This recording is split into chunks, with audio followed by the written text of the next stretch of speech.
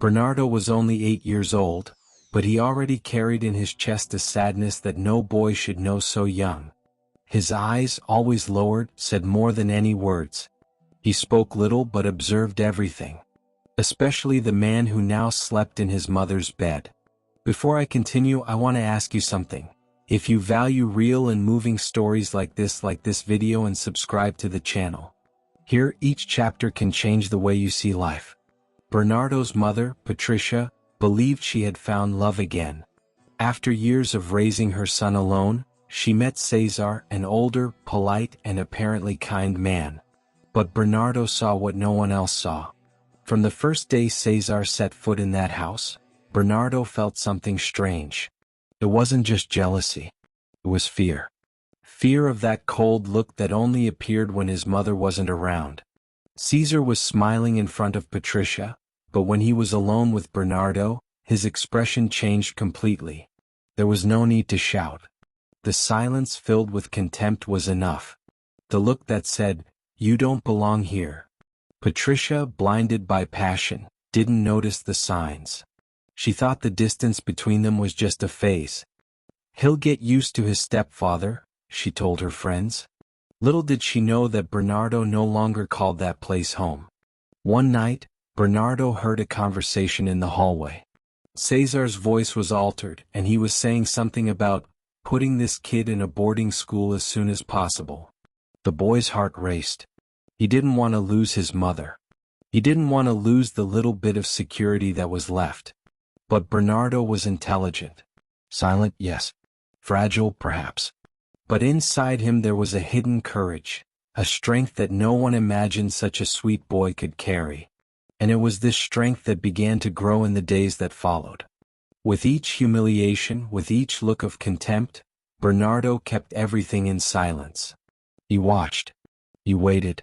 He knew that one day his mother would need to see who Cesar really was. What Bernardo didn't expect was that this day would be the wedding day. The big day that Patricia had dreamed of so much. White dress, flowers everywhere, soft music. And a secret about to explode at the altar. Hours before the ceremony, Bernardo found something on Cesar's cell phone that made him tremble. It was a message. But it wasn't just a message. It was a betrayal, a threat, and a plan that would change everything. He held the cell phone with trembling hands and walked to the mirror. He looked at himself. The suit he was wearing seemed too big, as if it didn't belong there. But he knew what he had to do. Bernardo took a deep breath. This wasn't just a child about to reveal a secret. This was a son trying to save his own mother. Even if it cost everything. Even if she didn't forgive him. Even if no one believed him. The clock showed a little after 11 in the morning when he entered the wedding hall. Patricia was radiant. Cesar was smiling. But his smile didn't last long. Very short. Because Bernardo, with his voice still childish but his gaze firm like that of an adult, approached, and it all began. The hall was full. The guests spoke softly, admiring the bride. Patricia smiled, unaware that her joy was hanging by a thread. Cesar, next to her, maintained his pose. He clasped his hands impatiently. Perhaps he sensed that something was not right. Bernardo walked down that aisle as if he were carrying the world on his shoulders. People's eyes turned to him, curious. A boy alone in a suit, walking slowly towards the altar. What was he doing there at that moment? Patricia smiled as she saw him approaching. She thought it was beautiful. She thought that her son was finally accepting his new family. But it only took a second of eye contact for something inside her to tremble. There was something different in Bernardo's eyes. Something she hadn't seen in a long time. He stopped in front of her. And for an instant, time seemed to freeze. Bernardo held his cell phone tightly as if it were his only defense. He looked at the groom. Then at his mother. And in a firm voice he said, "You need to see this now." The silence in the room was absolute. Patricia tried to smile, confused. "Now, son? We can see it after the wedding." But he didn't back down. He held out his cell phone. "It's about him, Mom. You need to see it now." Cesar tried to intervene. He took a step forward, his face tense. "Bernardo, please. This is no time for jokes." But Bernardo didn't blink. He just said, "It's not a joke. It's true. And you know it." Patricia's hands were shaking as they picked up the cell phone. The screen was still open, showing the message. It was from a woman. And it wasn't just a romantic message. It was a threat. She said that if he married Patricia, he would tell the police everything. Patricia's eyes widened. She read and reread it without understanding. Then she looked at Cesar, who was already pale. "Who is this woman?" he asked, his voice breaking. Cesar hesitated. She tried to say something. But there was nothing left to hide. Bernardo remained standing, watching. His mother was devastated. People were starting to stand up and whisper. But he didn't care. For the first time in a long time, he felt like he was doing the right thing. Patricia looked at her fiancé. He tried to explain himself, but the words wouldn't come. She then clutched her cell phone tightly and took a step back. A step that, symbolically, was the beginning of the end of that farce. "Did you lie to me?" she asked, her voice breaking. Cesar tried to hold her hand, but she pulled away. Her face was now in shock. Bernardo felt his heart tighten. He didn't want to see his mother suffer, but he knew that the pain was necessary. The pastor, still standing nearby, watched everything without reacting. The guests were starting to disperse. And Cesar, with no way out, murmured, "I was going to tell you. But not now. I love you, Patricia." But it was late. Too late. She turned to Bernardo, still confused, still broken. "How did you find out, son?" He answered softly, almost in a whisper, "I always knew he was no good. I just waited for the right time." Patricia hugged him there, in front of everyone. Tightly. As if she had just woken up from a nightmare. She cried. Not only because of the betrayal, but because she had not seen him before. Because she had not listened to her own son. And Bernardo, with his eyes closed in the hug, understood that sometimes to save the one we love, it takes courage to face the impossible. The hall now looked like an abandoned stage. The empty chairs, the flowers out of place, the music that had stopped without anyone noticing. Patricia was still wearing her white dress, but everything about her screamed disillusionment. As if that shine had been forcibly ripped away. Bernardo remained by her side in silence. He didn't need to say anything else. He had already said everything. Her small body seemed even smaller compared to the pain that hung in the air. But inside he was struggling not to break down. Patricia walked slowly to one of the chairs at the altar and sat down. She was pale. As if the weight of the truth had drained every ounce of strength she had left.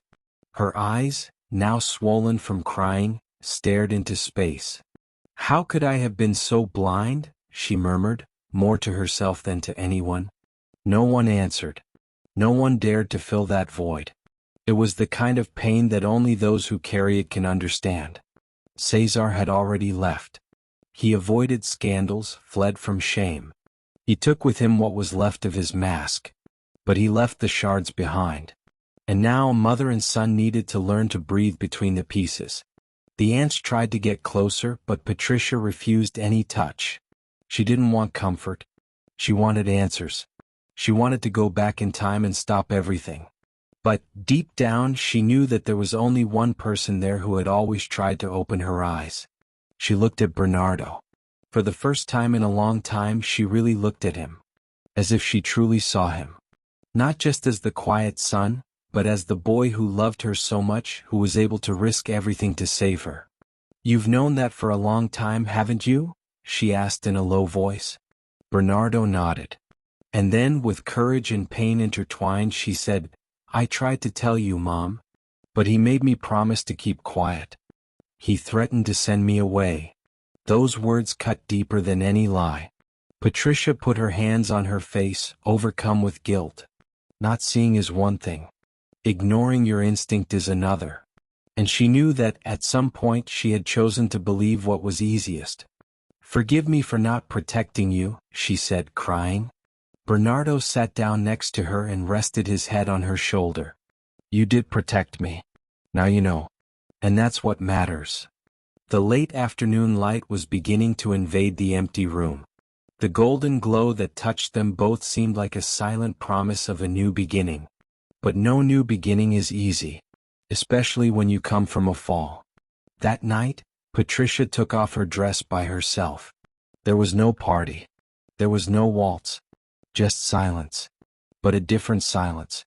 It was the sound of a heart starting to feel again, of a mother starting to see. Bernardo stayed by her side the whole time. Not as someone seeking a reward, but as someone who understands that love sometimes is just that, being, staying, waiting for the other person to breathe again. And Patricia, between one tear and another, finally understood that the boy she thought was fragile was in fact her greatest strength. Because in a world where so many pretend, Bernardo was the only one who chose the truth, even if it cost everything. The days following the broken marriage were the longest Patricia had ever lived. There were no more flowers, no music, no plans for the future. Only the muffled sound of guilt, whispering every morning that she had failed her own son. Bernardo, on the other hand, seemed even quieter. He didn't ask for anything. He didn't complain about anything. He just walked around the house as if his feet were trying to avoid making noise. As if he was afraid of disturbing anyone even there in his own home. Patricia began to notice details that she had ignored before. The way he locked his bedroom door at night. How he jumped when the phone rang. How his eyes avoided hers, as if he were afraid of being reprimanded, even for no reason. She hated herself for not having seen it before. For having trusted so much a man who, it was now clear, had poisoned every corner of that house. And worse, he had poisoned her son's soul. One cold night, Patricia woke up to a noise coming from Bernardo's room. She got up silently, and when she opened the door she found her son curled up in bed, his eyes open, his body trembling. It was a waking nightmare. Was it just a bad dream? She asked, trying to sound calm. Bernardo didn't answer. He just looked at her as if asking for help with his eyes. And at that moment Patricia knew, it wasn't just a dream. It was a memory. She sat on the edge of the bed and pulled him onto her lap. Bernardo hesitated for a second, as if he no longer knew what it was like to be welcomed. But then he gave in. And he cried. Silently but with his whole body. As if he was releasing something that had been bottled up for a long time. He told me that if I said anything you would send me away, just like my father did, Bernardo whispered, his voice hoarse.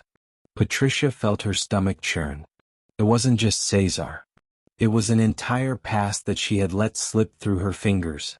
She stayed there with him on her lap for more than an hour. She didn't say that everything would be okay because she knew that wasn't true. But she promised with a choked voice, "I'll never let anyone silence you again, Bernardo. Not even myself." The next day, Patricia made a decision. She called a child psychologist and scheduled the first session. Not because she wanted to fix her son, but because she knew he needed space to heal. And so did she. While they waited for the appointment, she began to change small habits. She sat down with him to have coffee. She asked him how he was without rushing or pressuring him.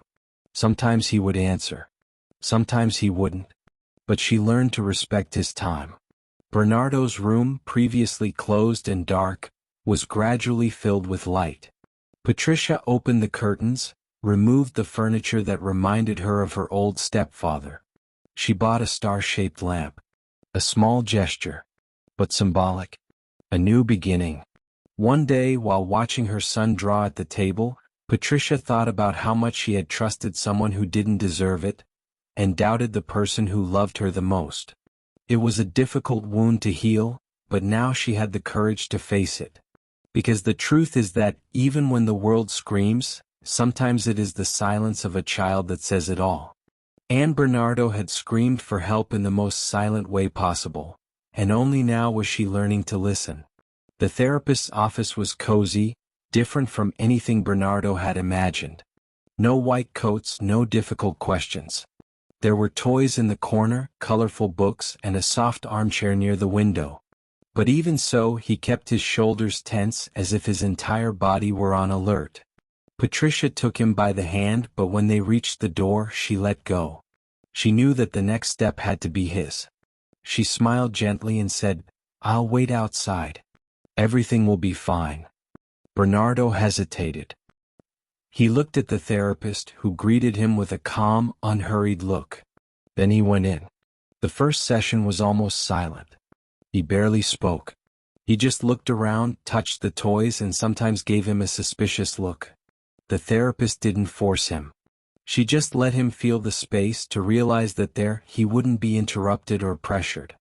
Meanwhile, outside, Patricia waited with her heart in her mouth. Time seemed to stand still. She relived every wrong choice, every time she ignored the signs. But at that moment, more than regret, there was a silent promise inside her, not to make the same mistake with him again. When the door finally opened, Bernardo came out with a neutral face. Neither happy nor sad. Just quiet. But unlike other times, he held his mother's hand firmly, as if he were slowly beginning to trust again. That night, during dinner, he told her that the therapist's name was Clara. He said that she had let him choose a drawing to color. A drawing of a boy flying with a red cape. She said I could be whatever I wanted in that drawing, he said, with a hint of a smile on his lips. Patricia almost cried when she heard that, because she knew that Bernardo had always felt too small to be anything. The guilt that Cesar had sown in him was deep. And seeing a ray of hope, no matter how small, was like seeing a ray of sunshine after months of storms. The days passed slowly, but progress was being made. Bernardo began to talk more. Sometimes he would ask questions out of the blue like, "Why do people lie, Mom?" Or, "Do you think Dad left because of me?" And Patricia, with pain and love, would answer with all the honesty she could muster. "Your father left because he didn't know how to be a father. It wasn't your fault." "It never was," she would say, looking him in the eye. She would repeat it whenever necessary. Because some truths need to be heard more than once until the heart believes them. Clara also helped Patricia. She would talk to her after the sessions. She would explain that children like Bernardo, when they experience emotional abandonment, carry guilt that doesn't belong to them. And that healing begins when the adult takes responsibility and remains present. In one of the sessions, Bernardo drew a house. There was a tree outside and two people on the porch, a woman and a boy. When Clara asked who they were, he answered without thinking, "It's my new house. Now that he's gone." It was a simple drawing. But for Patricia, when she saw it, it was like receiving forgiveness. The child she thought she had lost was still there. She just needed time, space, and constant love. That week, Patricia took some time off work. She spent more time with her son. They went to the park, to the movies, and even baked a cake together. Simple things. But every laugh from Bernardo was like a brick in the reconstruction of what they had lost. And for the first time in many months, Patricia slept with the feeling that, even with so many scars, there was hope. Because where there is true love, even if it is flawed, even if it is delayed, a new beginning can always be born. In the third therapy session, Clara asked to talk to Patricia in private. Bernardo was already more relaxed, drawing in silence in the next room. Patricia entered the small room with a heavy heart. She was afraid of what she would hear. But she knew she needed to listen. "Your son is responding well, Patricia. He has a rare sensitivity, but he still carries deep fears. Fear of being abandoned. Fear of being punished for telling the truth."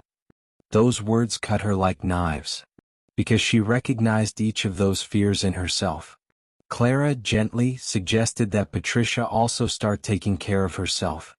Children feel more secure when the adults around them are emotionally strong. Sometimes taking care of a child starts in the mirror. That night, Patricia looked at her own face in the bathroom mirror.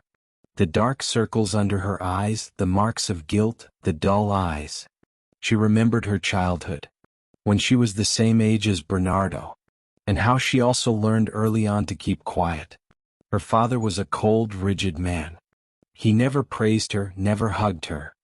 He believed that raising a daughter was preparing her for the world, which in practice meant leaving her alone. Her mother? Silent, submissive, almost invisible. Patricia grew up thinking that love was the absence of pain, that if it didn't hurt it was enough. And so, as an adult, she accepted crumbs as if they were banquets. She accepted Cesar because he seemed protective, when in fact he was controlling. She took a deep breath in front of the mirror. For the first time, not to hide her tears but to let them fall. Cry without shame. Cry for the girl she once was, for the mother who almost lost her son, and for the woman she was now trying to be reborn. In the following days she began to write. She took out an old notebook and began to tell her own story, as if she were talking to the Patricia from 10 years ago. "You are strong even if no one ever told you that," she wrote. "You deserve real love." Bernardo noticed the change in his mother. She was more present, softer. But, above all, she was more sincere. She didn't pretend to be strong. And that, somehow, made him feel safer. As if he knew that now they could fall together and get up together. On a rainy Sunday, he approached her while she was writing on the couch. "Is it like a diary?" he asked. Patricia smiled. "It's a letter to myself so I don't forget who I am." Bernardo sat down next to her and said, "I want to write one too." They spent the afternoon there side by side writing. Two survivors of the same shipwreck, trying to rebuild the bridge between the past and the future, one word at a time. On the last page she wrote that day, Patricia wrote a short sentence, but one that carried all the weight of her story. "It's not wrong to love. What's wrong is forgetting to love yourself first." That sentence echoed in her mind for days. She stuck it on the fridge, on the mirror, on the cover of her notebook. It was her new reminder. Her new compass. Because only now did she understand. In order to take care of Bernardo, she needed to first heal the wounded woman she had always been. And so, without making big promises, but with small daily gestures, Patricia began to rebuild herself. And in this process, something even more beautiful happened. Bernardo, little by little, also started to smile again. It was a normal Monday. Patricia was washing the dishes while Bernardo finished his homework at the kitchen table. The tranquility of the scene was so rare that she tried to absorb every second. But the peace was interrupted by a sharp ringing of her cell phone. She dried her hands and answered without looking at the number. "Hello." On the other end, a voice she would recognize anywhere. "Patricia, it's me. I need to talk to you." Bernardo too. Her blood ran cold. It was Cesar. The voice still had that controlled tone, as if each word was measured. She didn't answer right away. She just held the cell phone tightly, trying to understand if it was real. "I have nothing to tell you. Nor do you have anything that my son needs to hear," she replied firmly, but with her heart racing. "You may not want to, but Bernardo deserves to know the truth." "I have things to tell him too," he insisted. Patricia hung up. Without another word. But the impact of the call lingered in the house like a bad smell that wouldn't go away. Bernardo noticed the change in his mother's expression. He already knew that silence. It was the kind that preceded storms. "It was him, right?" the boy asked. Patricia didn't want to lie. She took a deep breath and nodded. "But he won't come back, I promise." Bernardo was quiet for a while. Then he said something that broke his mother's heart. "I'm not afraid of him coming back. I'm just afraid of you hearing him again." That sentence hit deep. Patricia knelt in front of her son, held his small hands and replied with tears in her eyes. "I listen to you now. Only you. No one will make you feel alone again, ever." But that call rekindled a sense of uneasiness in Patricia. What did Cesar mean by the truth? What was this story? She knew he was manipulative, but what if there was something she was unaware of? Some shadow in his past that was now threatening to reappear? In the following days, Patricia was on alert. She would come home from work and lock the doors. She avoided going out alone. It wasn't paranoia, it was a protective instinct. And even though she didn't say anything to Bernardo, he could feel the tension creeping back into the house. Clara, the therapist, noticed that Bernardo was more restless. Dark figures appeared in the background in his drawings, shadows behind doors. When she asked, he said, "It's the man calling. He's trying to get in again." Clara advised Patricia to talk to her son about his fear, without fantasizing. "He's been through too much trauma. But don't underestimate his ability to deal with the truth, as long as it comes with love and clarity." That night, mother and son lay down together. Patricia said that sometimes, bad people try to play the victim in order to continue controlling them. "But I know who he is now. And I'm here to protect you. Always." Bernardo hugged her tightly. He said he had dreamed about a broken bridge, but that this time he was able to cross because she was on the other side. Patricia understood. Even though he was scared, her son was learning to trust. And that was all. Deep down, she knew that Cesar wouldn't call for nothing. Something would still come up. But now she had something she didn't have before: courage. And more importantly, she had a boy by her side who was feeling whole again. The days passed, but Cesar's voice still echoed in Patricia's head. She tried to maintain her routine so that Bernardo wouldn't notice how restless she was. But inside, fear was gaining ground. Not for herself, but for what she still didn't know, and that could affect her son. On a silent afternoon, while Bernardo was with the therapist, Patricia gathered courage. She opened her notebook, typed Cesar's full name into the search engine and started digging.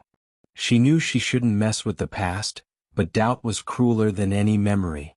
The front pages showed only old photos, abandoned social networks, digital traces of someone who preferred to hide. But in a local newspaper article, dated 5 years earlier, she froze. The title was dry. "Man is investigated for mistreatment of stepson." She clicked with trembling hands. The name wasn't exactly the same, but the surname and the state matched. And the cruelest thing, the story seemed all too familiar. A quiet, isolated boy with withdrawn behavior. A mother who denied everything even in the face of evidence. Patricia felt her stomach turn. She remembered Bernardo's looks that she didn't understand before. Fears that she tried to justify. Silences that now screamed. Cesar had a history. And she, without knowing it, had repeated the mistake of that other woman. She closed the notebook and cried like she hadn't done in years. It wasn't just a cry of regret. It was mourning. The mourning for having trusted someone dangerous. The mourning for having exposed her son.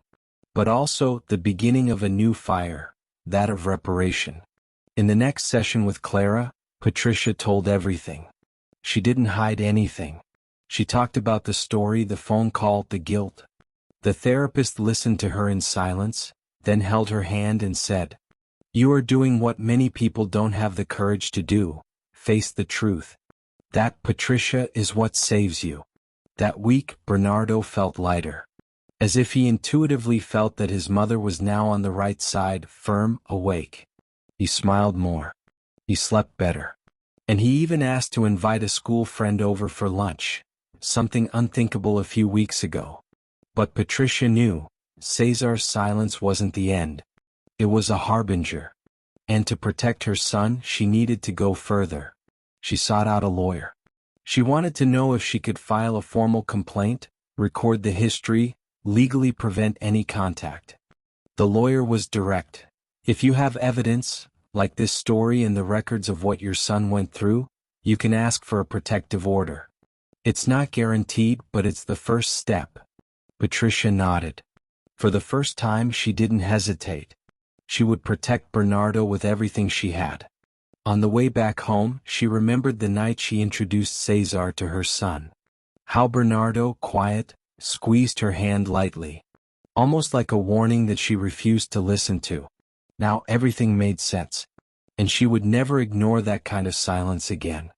That night, she sat next to Bernardo and said, "Remember when I promised you that you would be safe? Today I took another step towards fulfilling that." He looked into her eyes. He didn't ask what it was. He just smiled and rested his head on his mother's shoulder. It was a simple gesture.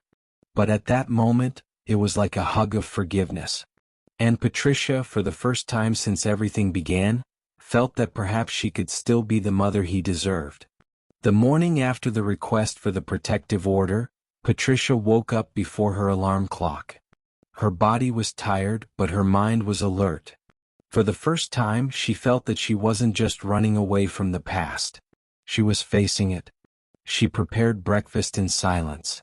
When Bernardo sat down at the table, she watched him tenderly. The way he held the glass with both hands, his eyes still sleepy. So small. And at the same time so strong. They were about to leave for school when Patricia's cell phone vibrated. It was a message from an unknown number. She read it slowly, feeling her stomach tighten with each word. "Do you think you can erase me like that? You're wrong. I'm not going to disappear. Cesar." It was clear, short, threatening, and direct. She looked at Bernardo, who was finishing putting on his shoes, oblivious to the threat that was approaching again. Patricia took a deep breath. She wouldn't show fear. Not anymore. She took her son to school as she always did, but when she got back in the car, her hands were shaking. Not from fear but from anger. Cesar's cowardice, now behind messages, proved that he still wanted to maintain control. And she was determined to break that once and for all. She went straight to the police station. She showed the message to the officer responsible for her request. The officer listened carefully and said, "We will attach this to the request for protection. The more evidence, the better the chances of getting the injunction." Patricia nodded. This time she did not hesitate to ask for help. At night, Bernardo noticed that his mother was quieter than usual. He sat down next to her and asked, "Are you still afraid of him?" She smiled sadly. "Not afraid, but cautious. We feel afraid when we think we are alone. And I am not anymore." This answer left the boy thoughtful. Then, almost whispering, he said, "I am not alone anymore either." Patricia held his hand tightly. They were rebuilding even with the cracks still open. A few days later, an official letter arrived. The protective order had been temporarily approved. Cesar was legally prohibited from approaching them. Patricia cried when she read the decision, this time with relief, with justice. But the relief was short-lived. The following week, Clara called Patricia for a private conversation after Bernardo's session. Bernardo started talking about a secret. He's still unsure, but he said he heard Cesar saying things about his biological father. Patricia felt her heart race. She had never told her son about his father. She always thought he didn't need to know. Not now. But apparently Cesar had used this as a weapon, as a way to confuse the boy. He said something about his father being alive but missing. That he was someone who made you suffer.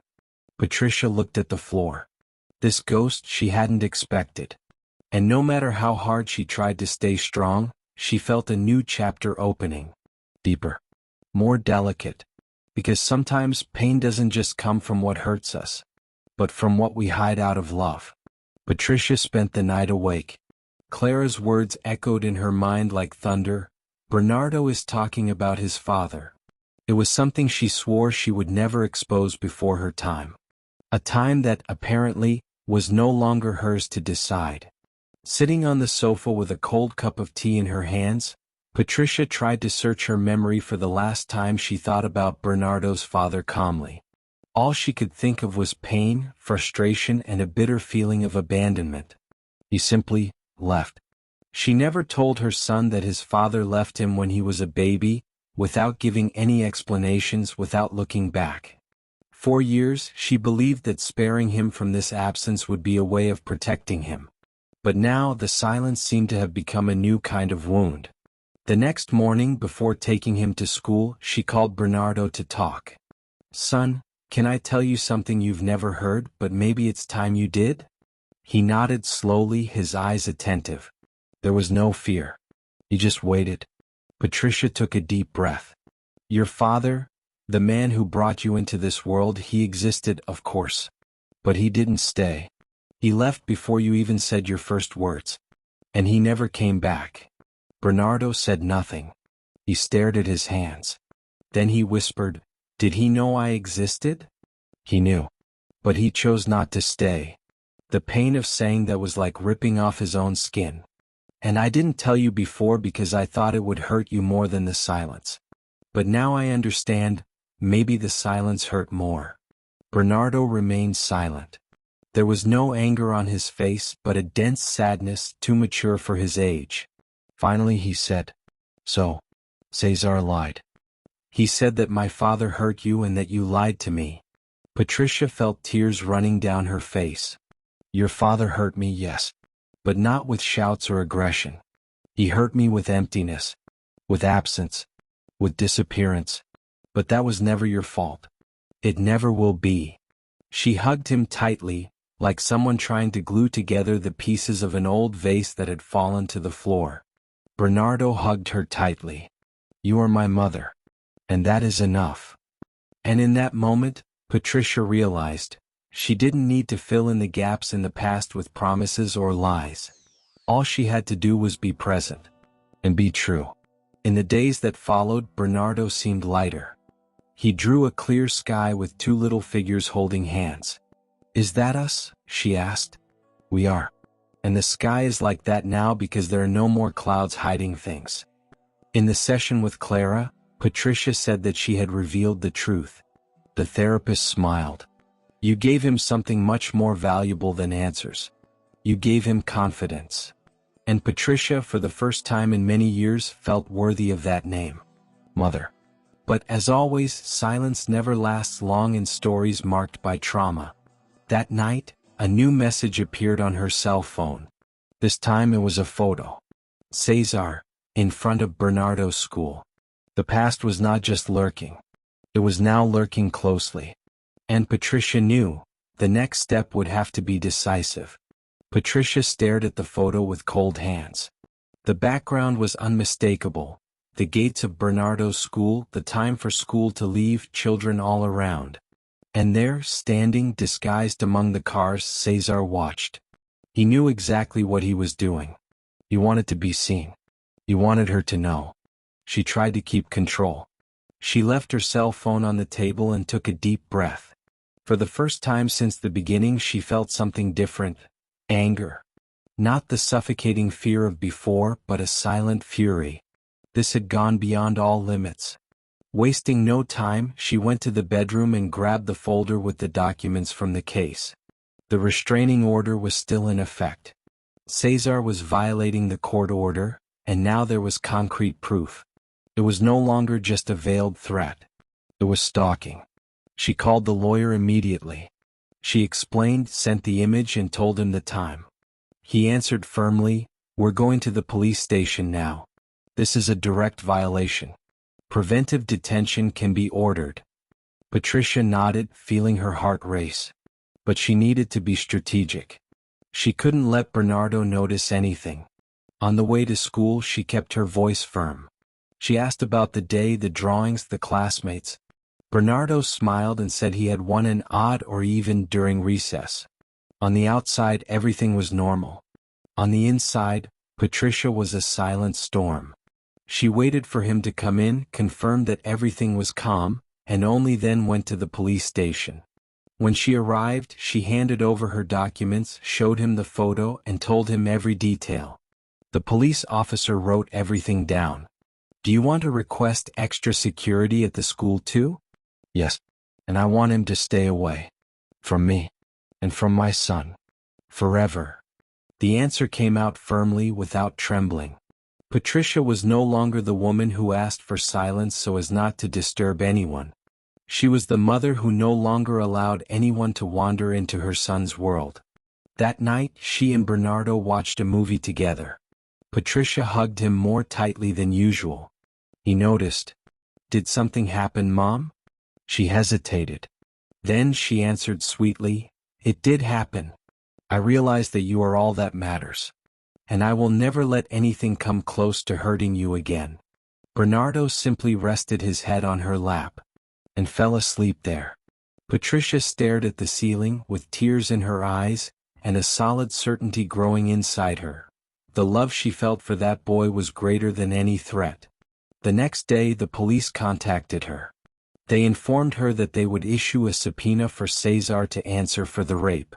In addition, a patrol car would be assigned to make periodic patrols at the school and near her house. It was a relief, but also a reminder. The past cannot be erased with legal decisions. It needs to be faced until the end. Patricia knew that she would still have to see Cesar again. In court perhaps. But this time she would not be alone. Clara, the therapist, helped Bernardo to name his emotions. And Patricia was slowly beginning to name her own. Guilt. Fear. And now, courage. In the last session, Bernardo drew a high wall. On one side he and his mother. On the other, a faceless man. Who is that? Clara asked. It's someone who tried to jump over it.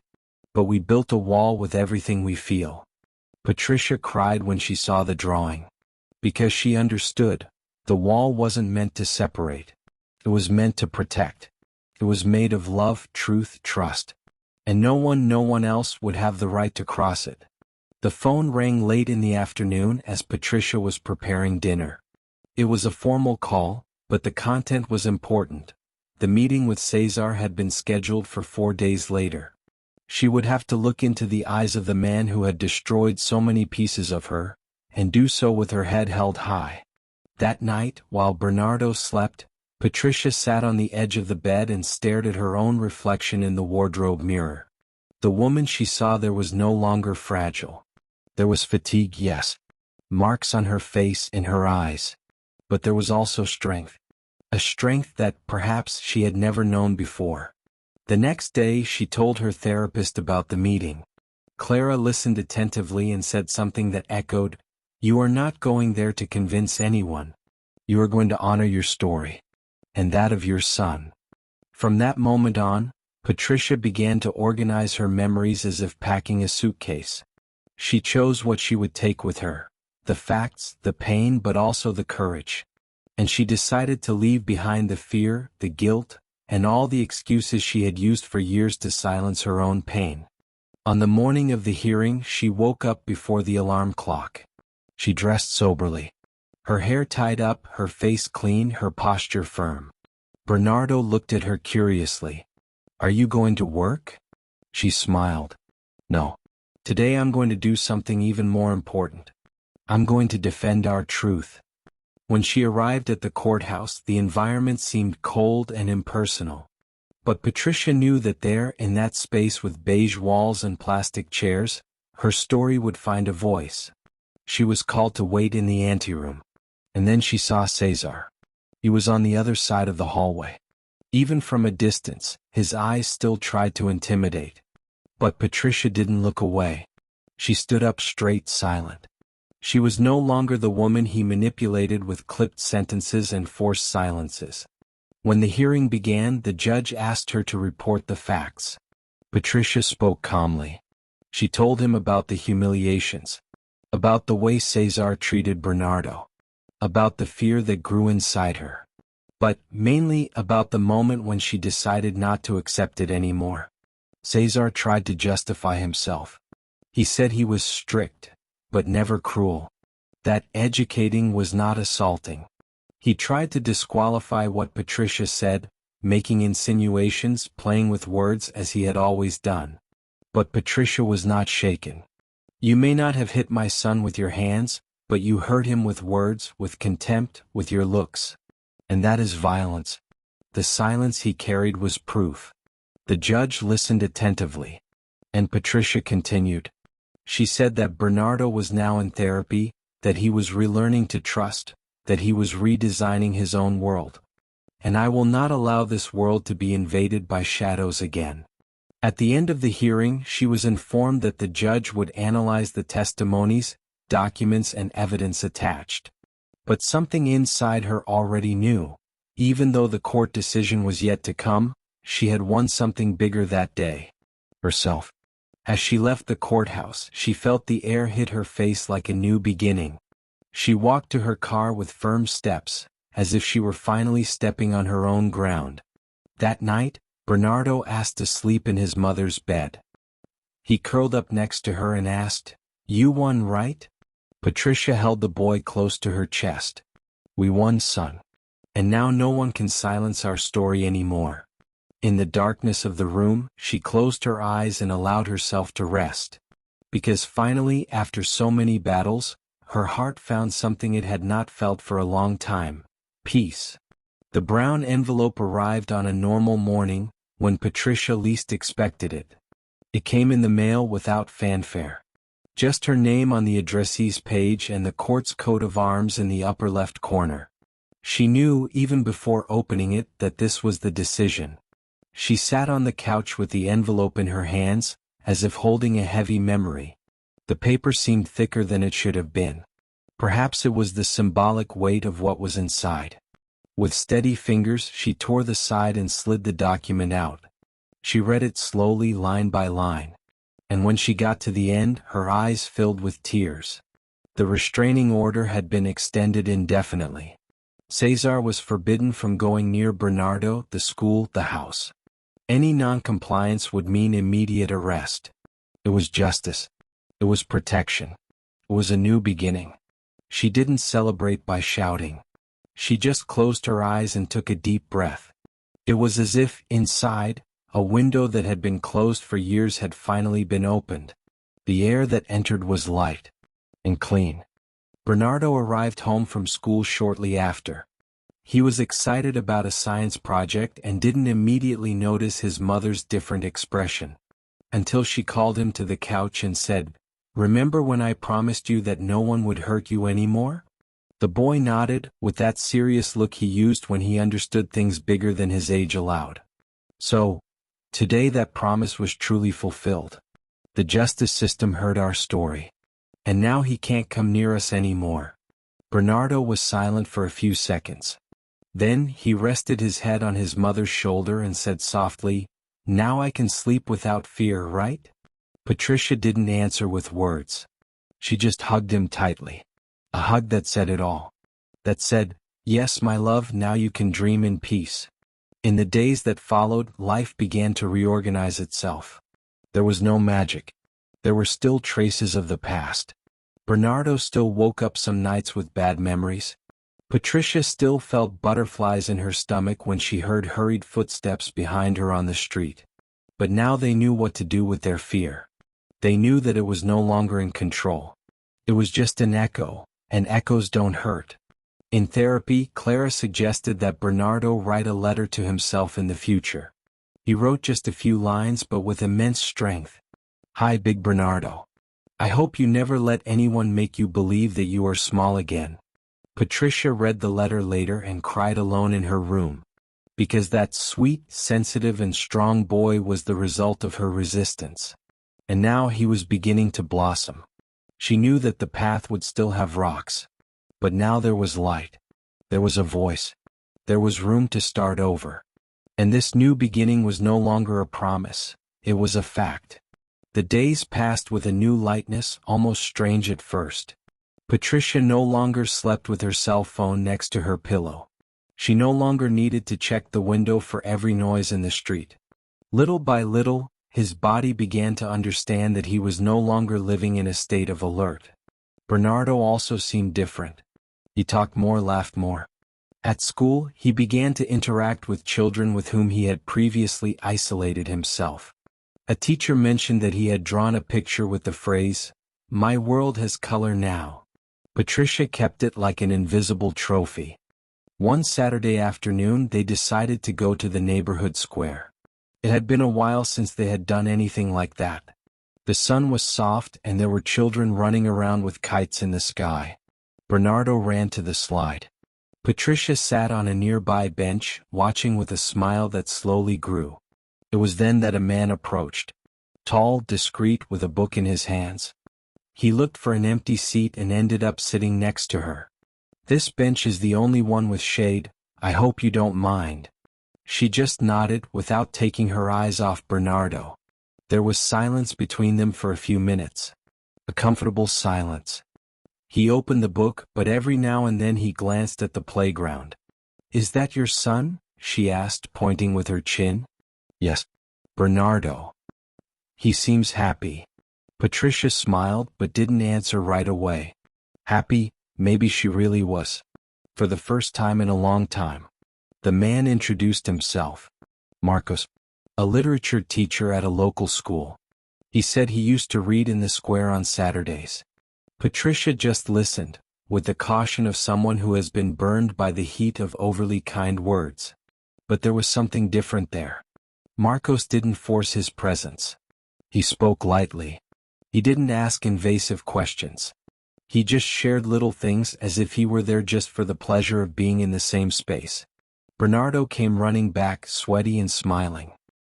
He saw Marcos and, with the spontaneity that only children have, asked, "Are you friends with my mother?"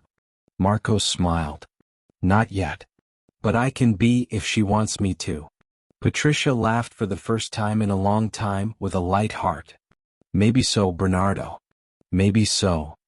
On the way home, Bernardo asked if they could go back to the square the following Saturday. And without her realizing it, Patricia said yes with more than words. She said it with a sparkle in her eyes, a calmness in her breathing, an openness that had been closed for years. At night, while Bernardo slept, she thought about how strange the world could be. How the same place where everything fell apart could one day be the same place where everything began to blossom again. She didn't know if she would see Marcos again. And it didn't matter. What mattered was that her heart was relearning not to hide. And that, in itself, was already a daily miracle. That week, Bernardo woke up from a strange dream. He was agitated, his eyes confused, and his voice choked. Patricia ran to the room. "He was here, Mom. In the dream. He was yelling at me." She sat on the edge of the bed and hugged him. She felt the boy's body tremble slightly, like a leaf after a storm. It was the first time in weeks that Cesar had returned, even if only in dreams.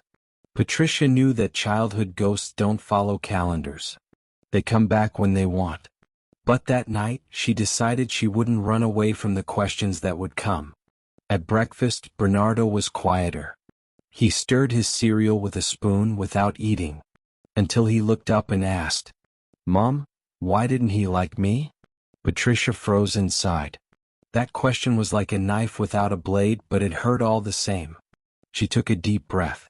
She knew that the answer needed to be careful and truthful. "Son, sometimes people carry sadness that they can't heal. And when they don't know how to deal with it, they hurt others.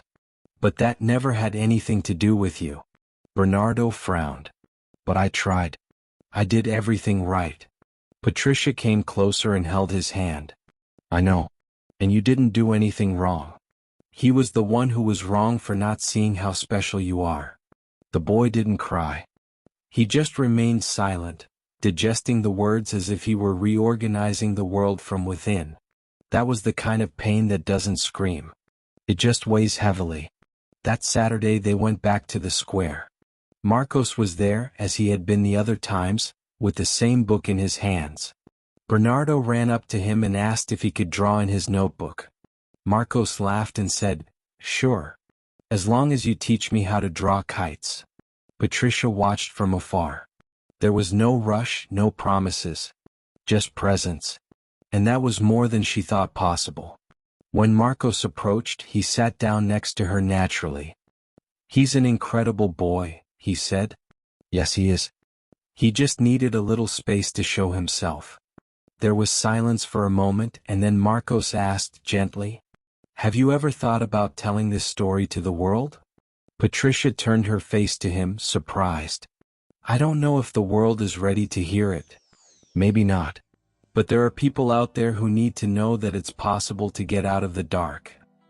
That night, lying next to Bernardo, she thought about this idea. Maybe telling her story would, in some way, help other women. Other boys like Bernardo. And maybe it would also be a way of freeing what was still weighing on her. Because, in the end, telling the truth is also a way of healing. It was on a silent night that Patricia took the old notebook from the bottom of the drawer. It still smelled of overstored paper. The pages were yellowed, some folded, as if they knew what was coming. She sat at the kitchen table, pen in hand, and wrote the first sentence. "For a long time, I thought my silence was protection.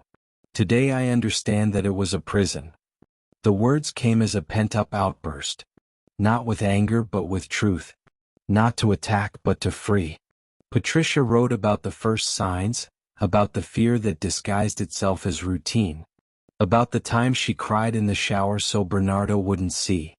About the days when she doubted her own strength. She didn't spare herself.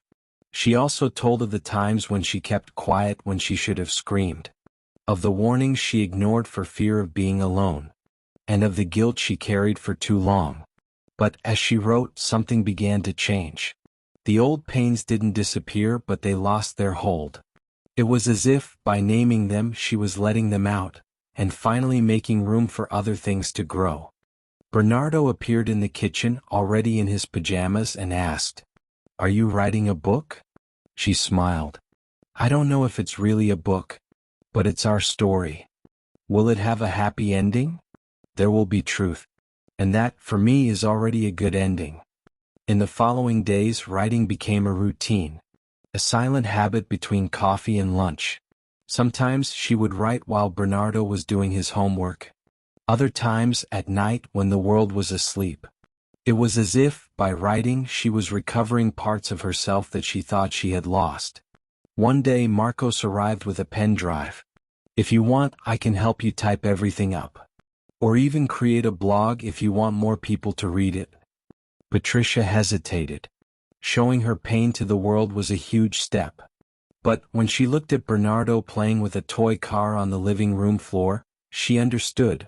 Maybe telling this story would protect other mothers. Other children. The blog was created with a simple name, Voices That No One Shuts Up. In the first post she wrote exactly what was in the notebook. No filters. No embellishments.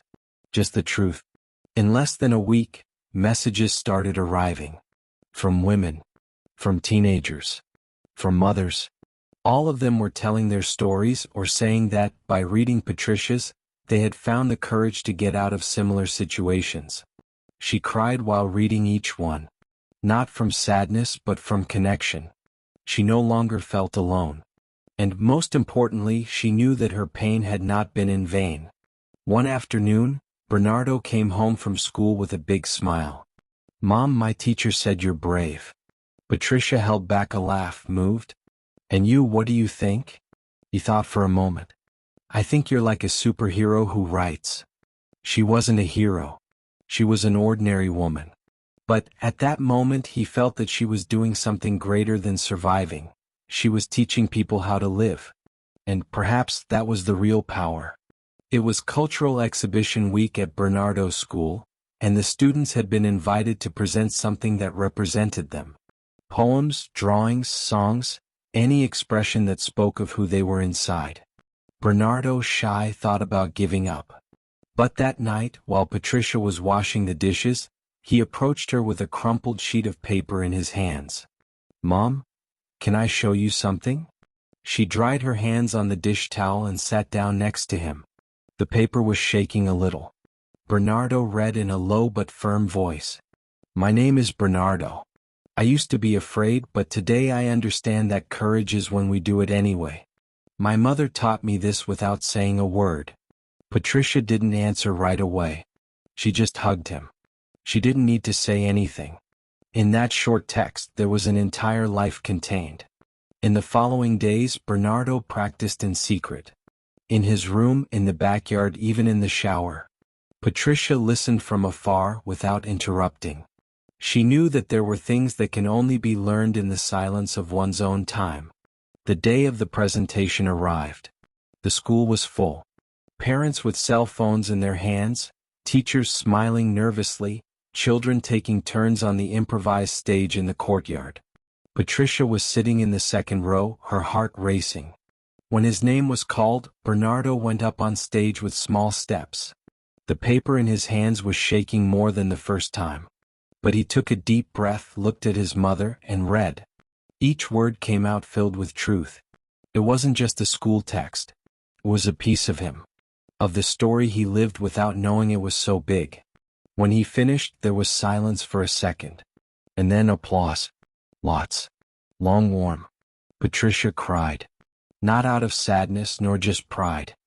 She cried because she understood at that moment that her son was not a reflection of the pain they had experienced. He was proof of the light that had been born despite it. After the presentation, a mother approached her. "Your son, he has a beautiful strength. Can I ask where he learned to write like that?" Patricia smiled. "He learned by listening to what was not said. And then he learned to transform it into words." That night, Bernardo went to bed early, exhausted. Patricia went back to her notebook. She wrote about what she saw, about the boy on stage. And she wrote a new sentence which made her smile. "Today my son taught me that courage is also an inheritance." She closed the notebook carefully, like someone closing a beautiful chapter. She knew there were still blank pages, but now they weren't scary. They were promises. And promises, for those who have already survived the storm, are forms of love. Patricia didn't expect that blog to go so far. She had no idea that, on the other side of the screen, so many voices were ready to recognize themselves in hers. But now, months after the first post, the emails arrived almost every day. Some with similar stories. Others just with a "thank you." Each message was a living reminder that her pain had become a bridge. It was on a warm Thursday afternoon that the invitation arrived. A support group for women in situations of violence in another neighborhood of the city wanted her to come and tell her story. Patricia reread the email 3 times before responding. Fear still lived somewhere in her. But now it shared space with courage. She accepted. The week of the meeting she prepared some notes but soon gave up. She decided that she would speak as she had written, with a bare heart, without scripts, without embellishments. She took the old notebook with her. Not to read but as a symbol. It was her living memory. When she arrived at the community center, she saw women of all ages. Some with children in their arms. Others with tired eyes. And many with silence on their shoulders, the same silence she had carried for so long. Patricia recognized each unspoken gesture. She sat down in front of them and began. "I didn't come here as an expert. I came as someone who survived, and who understood that living is much more than continuing to breathe." The room fell silent. Some women looked away, others cried silently. Patricia told us about the days when she couldn't look at herself in the mirror, about how she thought her voice didn't matter, and about the day she decided to write, not to be read but to not lose herself. A lady in the back of the room raised her hand. Her voice was hoarse. "And what do we do when we still can't speak?" Patricia smiled sweetly. "We start by listening. And then we write. Or we draw. Or we just breathe. But one day, without realizing it, the word comes. And it comes as liberation." At the end there was no applause. But there were hugs. Silences exchanged with meaning. A young woman approached, holding an envelope. "I read your blog every day before I could leave the house. Today I came to listen to you. Tomorrow maybe I'll tell my story too." Patricia carefully put the envelope away. It was more than paper, it was a seed. On the way home the bus seemed lighter. Bernardo was already asleep when she arrived. On her desk she found a note from him. "Good luck with your speech, Mom. I bet you shone." She held the note close to her chest. Then she sat down in front of her notebook and wrote, "Today I saw women who are still in the tunnel. But now I know that my light can reach there too." She didn't have all the answers. But now she knew how to ask questions that mattered. She knew how to listen. And more than anything, she knew that her story wasn't just hers. It belonged to all those who had once kept quiet, thinking they were alone. Patricia's voice, once shy, was now a seed. And seeds know how to wait. But they also know how to blossom. It was on an ordinary morning, one of those when the coffee gets cold between tasks and thoughts, that the phone rang. On the other end of the line, a young, kind voice identified itself as a producer for a local radio station. "Patricia, we read your blog. Your story has touched a lot of people. We would like to invite you for a live interview." She took a while to answer. The word "live" reverberated like an echo inside her chest. It wasn't like writing in the silence of the kitchen or speaking in a cozy room. It was another world. But before fear got the better of her, Patricia asked, "What if my voice fails?" The producer smiled as if she knew exactly what to say. "Sometimes my voice does fail. But the truth doesn't." Patricia accepted. She spent the following days in a mix of anxiety and reflection.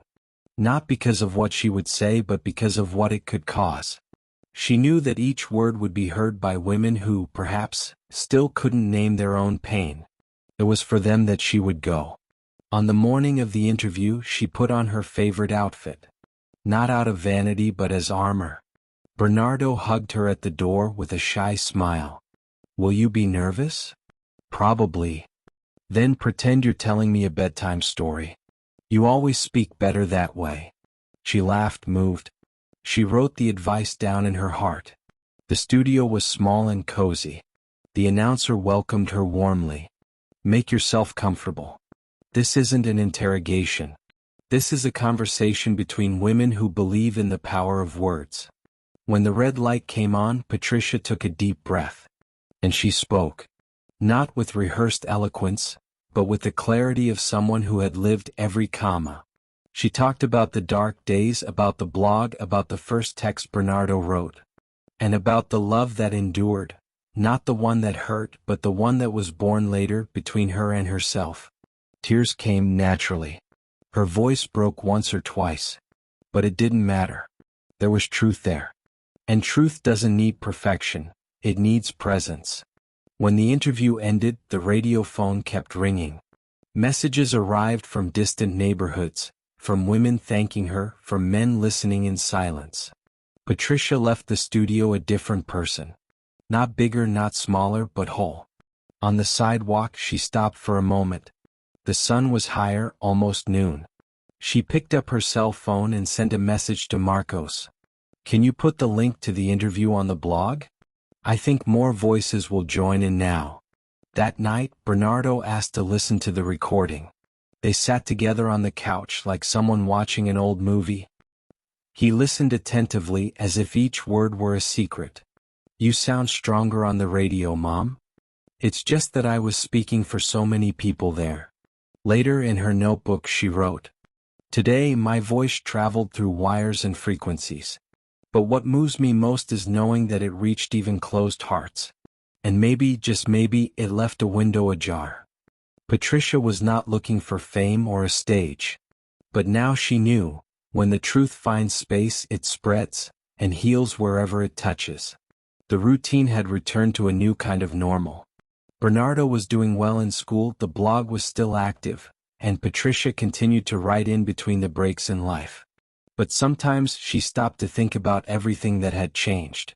From the absolute silence to her own voice being broadcast on the radio, it was as if she were living several lives in one. It was then that she received another invitation, this time by email, a state conference on combating domestic violence.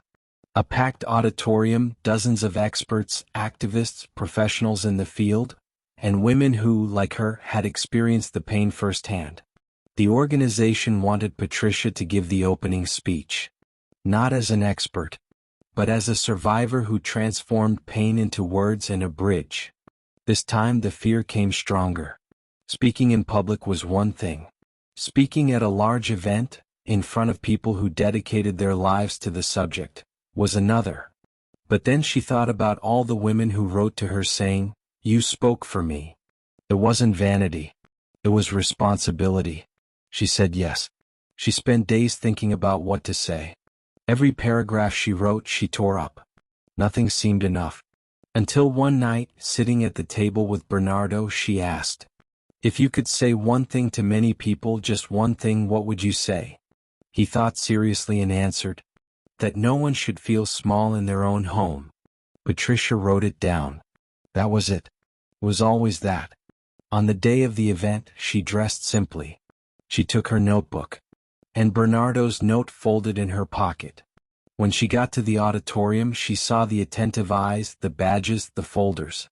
But she also saw women with visible and invisible scars. It was for them that she was there. She went up on stage with her heart racing. The light was bright. The microphone seemed too big. But then she looked at the first row and saw a girl with teary eyes, trembling hands. That woman could have been her years ago. Patricia took a deep breath and spoke. She talked about the silence, about the ignored signals, about the silent screams. And about the day she realized that telling her story was not a weakness. It was strength. She read excerpts from the notebook, quoted Bernardo, and ended by saying, "I am not an exception. I am part of a choir that was trapped. Today I am here to say that it can indeed be heard." The auditorium was silent for a moment. Then the applause came like a wave. Some stood. Others with tears. A therapist approached and said, "You did what theory cannot reach. You touched where no data reaches." That night, Patricia received more than praise. She received invitations to other meetings, exchanges of contact information, and, above all, long hugs. Women said, "Now I want to tell my story too." It was like watching little candles being lit one by one. Back home, tired and emotional, Patricia sat at the table and wrote, "Today I was a voice for many. But what touched me was seeing other voices waking up. Courage, I discovered, is contagious." The blog gained new visitors. The messages multiplied. And, most importantly, other women began to write their own stories. With names or without names, it didn't matter. What mattered was that the silence was beginning to be broken in many corners. Patricia closed her notebook and looked out the window. The city was alive, full of stories that were still silent. But now she knew, a single voice can be the beginning of a silent revolution. The blog continued to grow, but that wasn't all. What was once just a page with rants became a meeting point. A place where pain found an answer, where fear found a name, and where hope found shelter. Patricia read each comment, each story left between the digital lines like someone who cares for small seeds. It was on one of those afternoons that she came across Julia's name. It was a simple message: "Your text made me realize that I'm living exactly what you lived. I don't know where to start. But now I know I need to start." Patricia responded gently. She said she was in no hurry, that sometimes starting was just about admitting that something needed to change. In the following days, Julia wrote again. She told of a relationship that seemed like love, but weighed like handcuffs. Of a small child. Of sleepless nights. Patricia responded as if she were holding hands from afar. No ready-made advice. Just presence. And little by little, she saw in that woman the same strength that she once saw in herself. You don't have to rush. You just have to take a step. A month later, Julia said that she had gone to a support circle at a community center for the first time. "I sat in the last chair. I didn't say anything. But I listened. And it was like hearing myself through others." Patricia smiled in front of the screen. What had started as pain now became a mirror and a beacon. Julia started writing too. Shy, short texts but full of truth. One day she sent one of them to the blog. "If you think it can help someone, you can publish it." It was the first text written by another woman that appeared there. Patricia made sure to keep everything intact, including the raw form of the words. When the text went live, the comments came quickly. "Thank you, Julia. It seems like I wrote it. You gave me courage." Julia, previously a spectator, was now a voice. And over time, others appeared. Anna, Carla, Denise.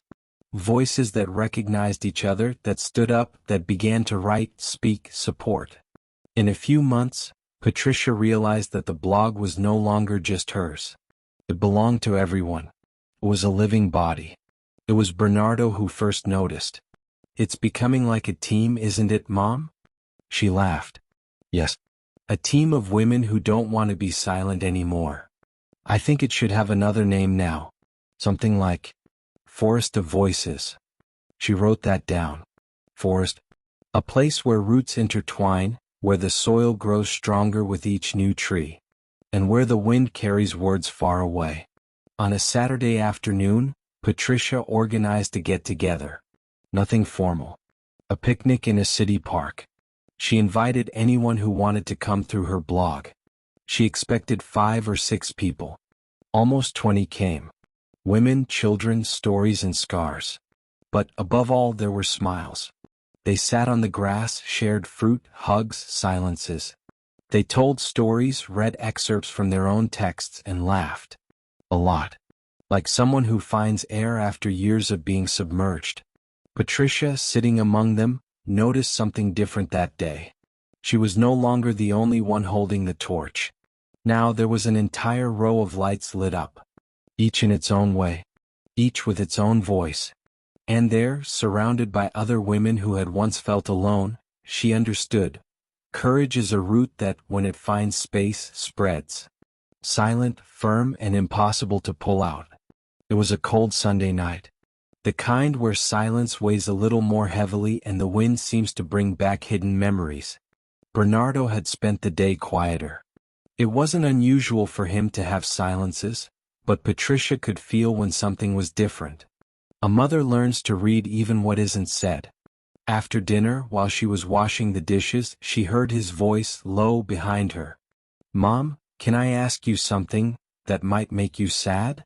She dried her hands slowly and turned around. "Of course you can, son. Anything you want to know." Bernardo bit his lip. He looked at the floor. And then he asked, "Do you think Daddy loved me?"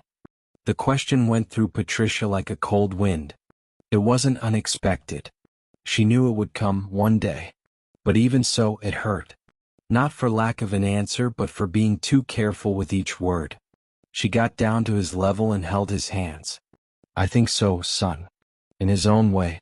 But sometimes people love in confusing ways. And they hurt even without meaning to." Bernardo frowned. "But he hurt you. And I saw it a few times.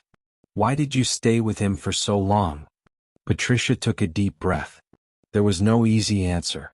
But there was truth. Because I thought that was what love was. Because I was afraid. Afraid of being alone. Afraid that you would suffer. And deep down, I also didn't know how much more I deserved. He remained silent. A dense, thoughtful silence. After a while, he spoke. "You've already told me that courage is doing the right thing even when you're afraid, right?" She nodded. "Then I think you were brave when you left." Patricia felt her eyes burn. She didn't answer right away. She just hugged him. Long, tight. Like someone sealing a truth with their entire body. That night, when Bernardo was already asleep, she opened the notebook and wrote, "Today my son asked if he was loved. And for the first time, I understood that the question wasn't about his father. It was about the world I'm helping to build for him." From that day on, small conversations began. Sometimes short, sometimes deep. About love, respect, fear, forgiveness. Patricia no longer hid the story, she translated it into language of affection. Without resentment. Without heroism. Just with presence. Once, Bernardo commented that a schoolmate had said something cruel about mothers who separate because they want to control everything. "And what did you say?"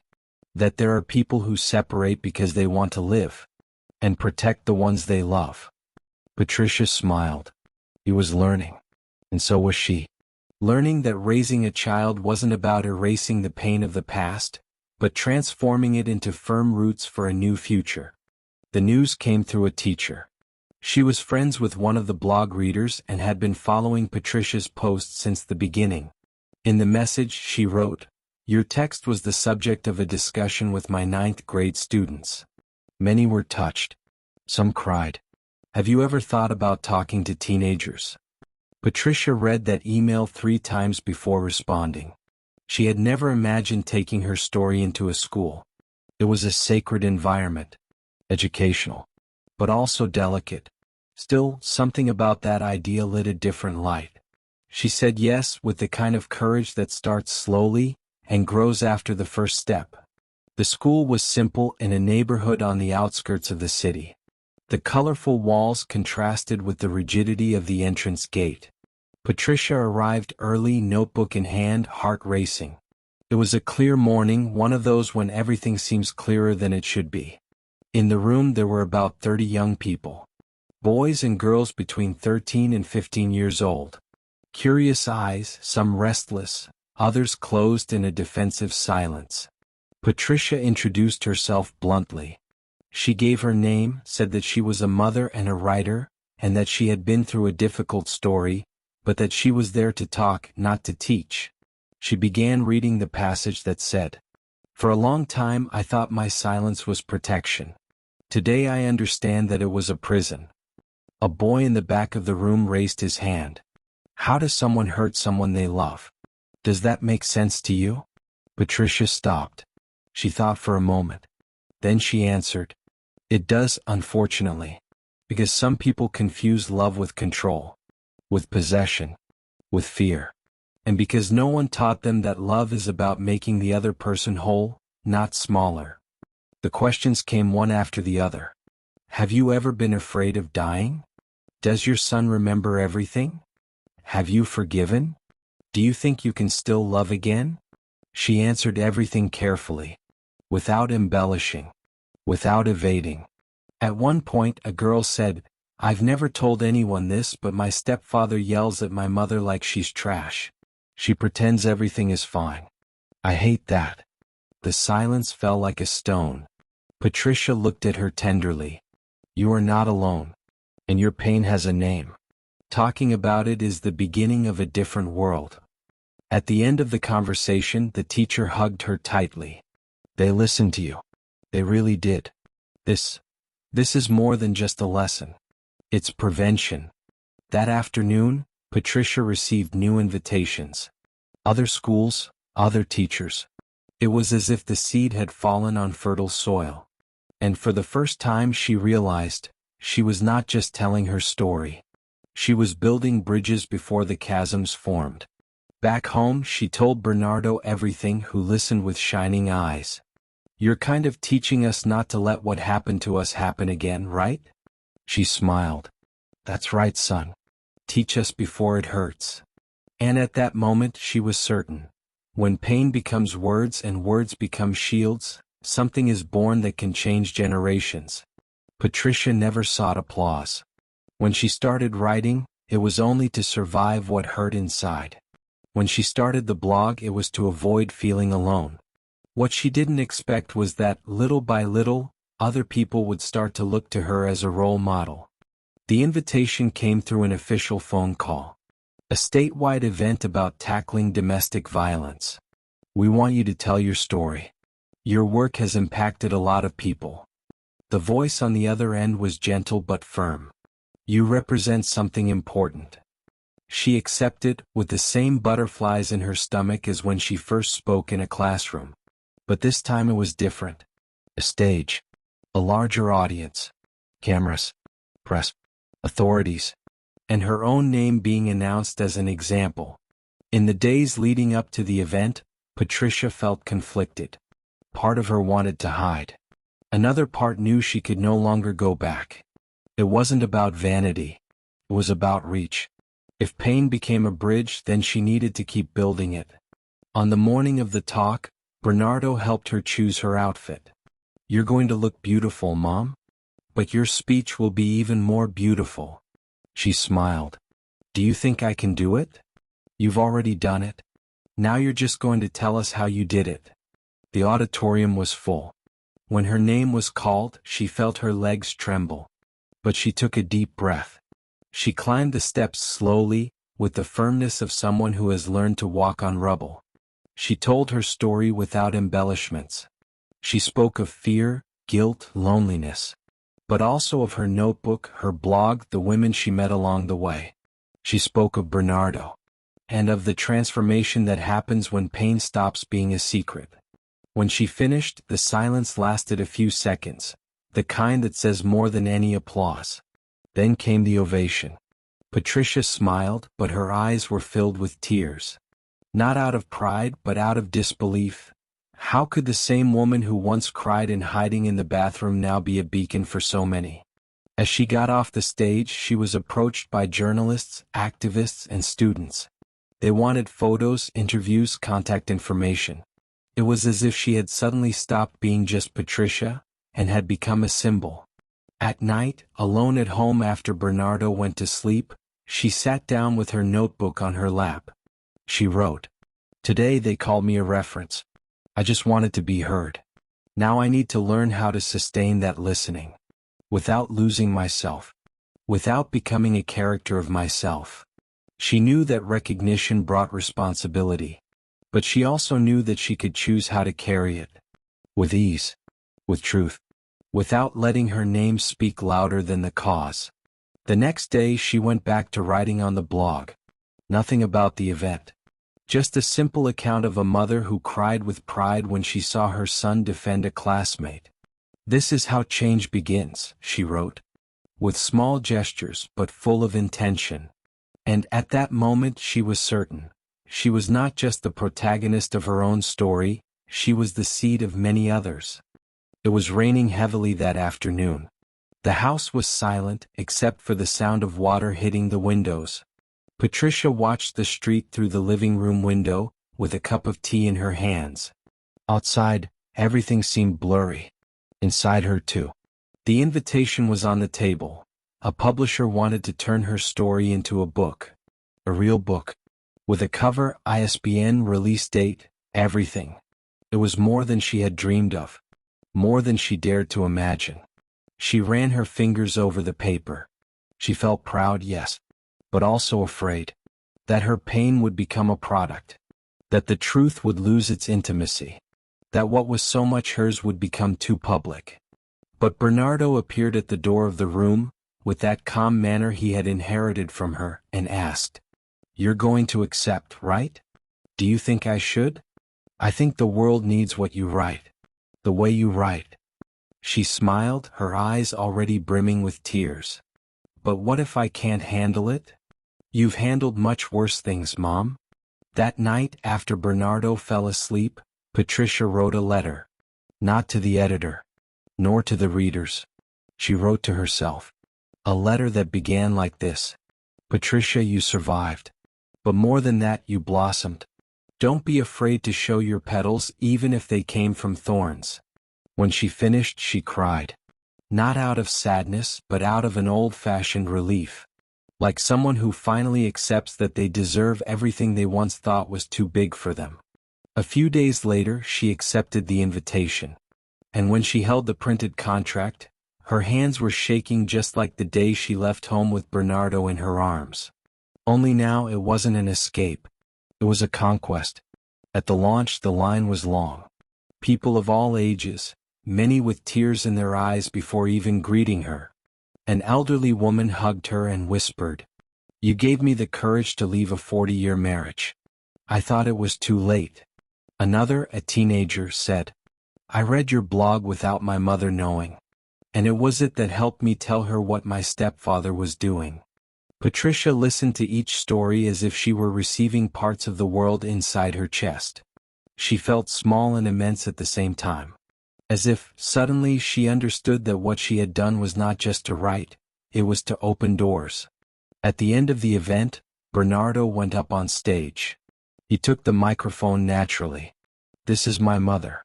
She taught me that we can be afraid, but we can't let fear become our home." The audience applauded. But Patricia just cried with an open, whole smile. Everything was there, the pain, the overcoming, the new generation. And the peace. Later at home, Bernardo hugged her tightly and whispered, "I am so proud to be your son." She answered softly as if she were praying, "And I, of having been saved by you, son." That night, for the first time in years, Patricia slept with a light heart. Not because everything was over, but because now everything made sense. It was autumn. The leaves fell as if they knew that certain things need to go so that others can bloom. Patricia walked through the park with Bernardo by her side, now taller, more of a boy, more of a world. He carried a backpack with books. She had a heart full of the past, but light in the present. They had gone together to a school in the region, where she had been invited to speak to mothers, students, and teachers. But this time, Bernardo was the one who wanted to speak first. "I want to tell you how my mother taught me the truth," he told her. Without trembling. Without hesitation. And Patricia, sitting among the listeners, cried silently, the kind of tear that cleanses, not weighs. The talk ended with applause, but what remained was the tight hug they gave each other as they left the school. A hug that said, "We did it." As they walked home, Bernardo asked, "Mom, have you ever thought about turning all this into a project? Like, for more children, more mothers?" She smiled. "I've thought about it, but only now have I understood that it's time." The following week, she created Raiza's Decoragem, a community project with discussion groups, workshops, psychological support, and a listening space. Without glamour, without great resources, but with truth, with affection, with the power of those who know that listening and being heard can save a life. The launch was held at a public library. Simple, full of real people. People who arrived shy and left with their eyes brighter. One man said, "I never imagined myself talking about this, but your story pushed me to mine." A teenager whispered, "Now I know I'm not guilty." Patricia heard everything. She wrote it down. She kept it, not on paper but inside, because each story now was part of hers too. At the end of the day, Bernardo helped put away the chairs and said, "Mom, this isn't the end of our story anymore, is it?" She looked at him tenderly. "No. It's just the beginning of many others." That night, she wrote the last page of her notebook. "If one day you feel that your voice is too small, remember, mine also began as a whisper. But it found an echo. Because when a woman tells her truth, she is not alone, she is paving the way." And you who have read this far, what are you going to do with the story you carry? Speak, write, denounce, embrace, start over. But, for all that is sacred, do not remain silent. Your voice could be the next one that saves.